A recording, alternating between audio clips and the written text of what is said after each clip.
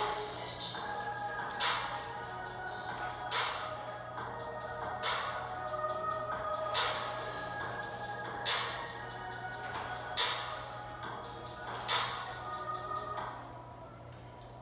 welcome to Critical Talk.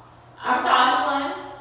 I'm Khadijah. I'm Brianna. And I'm Sharice. And today we're just going to discuss one of our most favorite classes, critical health issues, with our lovely professor, Mrs. Farson. She was a great teacher for the semester. How did you guys enjoy it? I learned a lot in this class. Honestly, I know the difference from Medicaid, Medicare. My favorite assignment was the concept map, just putting everything together and understanding the whole healthcare, I guess. Yeah.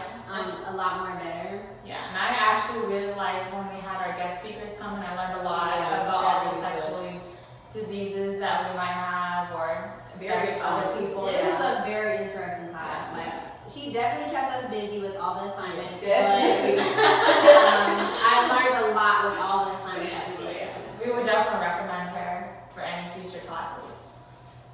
Well, for today, we're going to just talk about how income can have a great effect on many various topics in the healthcare aspect. We're just going to start off by talking about the difference between Obamacare and the Trump care. Okay. So with the ACA Act, people with pre-existing conditions were denied health insurance. So this included people with conditions such as diabetes, high blood pressure, and even cancer. The ACA expanded Medicaid so that adults without children can have coverage, whereas with people with Trump care, it only covered people with children. It also affects how,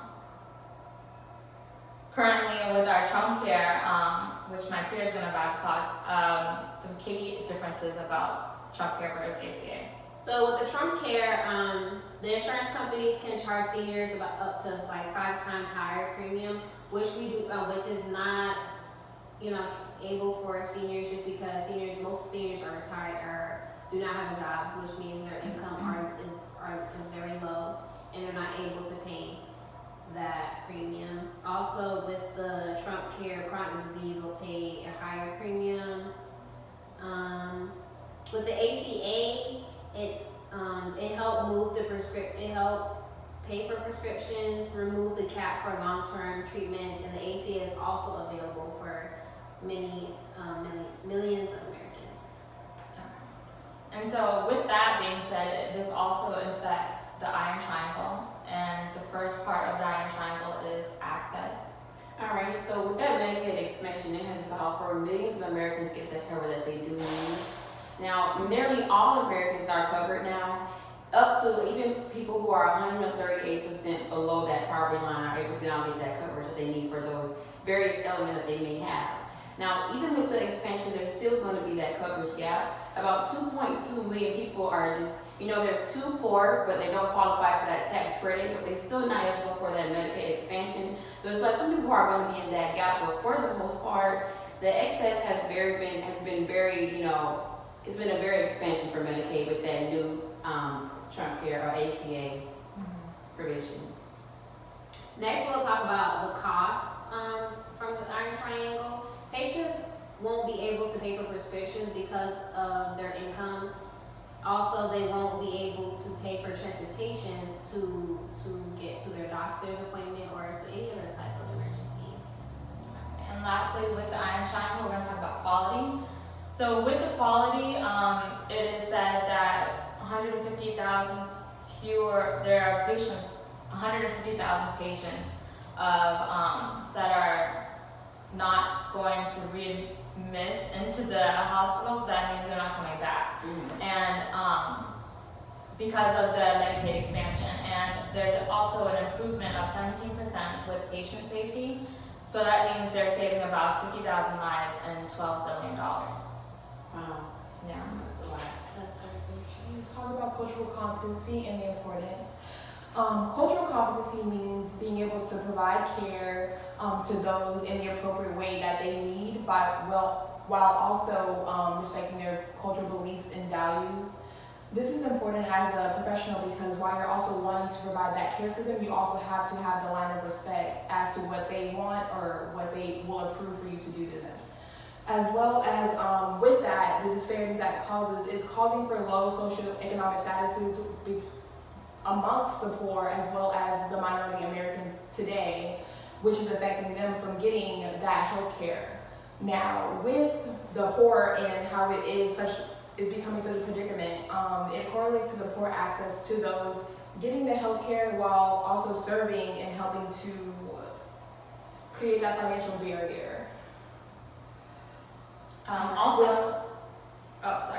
Also with ethics, to talk about that, that's meaning the set of the morals and principles as well as the beliefs that one does have while also making choices in the as well as making those choices about the medical care that they do receive. Alright, so with low-income families, there's a huge correlation with mental health. Their low income is associated with mental disorders and suicide attempts. With the decrease of income, there's a higher risk of anxiety, substance use, and mood disorders. Low income also alters your diets and habits. So with men that don't believe they have any kind of condition or mental health issue, they don't go to the doctor. And because of that, their immune system is at risk and it's degrading. So it's a struggle and it increases the stress that it puts on your immune system and your whole life, and that entails that your health and your mental health is going to be damaged as well.